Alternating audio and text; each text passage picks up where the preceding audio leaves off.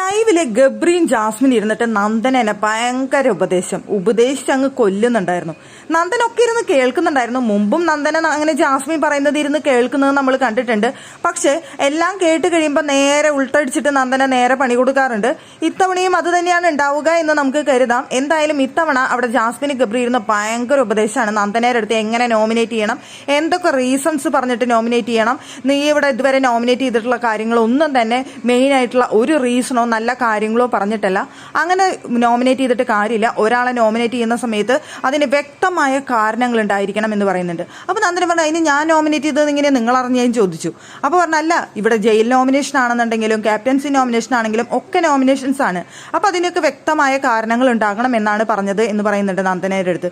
ഇനി സ്ട്രോങ് ആയിട്ട് നിന്ന് ഗെയിം കളിക്കണം, ഓരോരുത്തരുടെ അടുത്ത് പറയുമ്പോൾ പോയിന്റ് വൈസ് പറയാനായിട്ട് ശ്രമിക്കണം.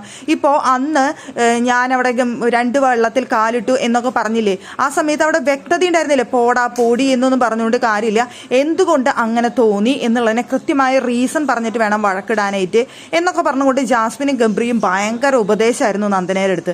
നന്ദന ഒക്കെ കേട്ടുകൊണ്ട് തല കുലുക്കി ഇരിക്കുന്നുണ്ടായിരുന്നു.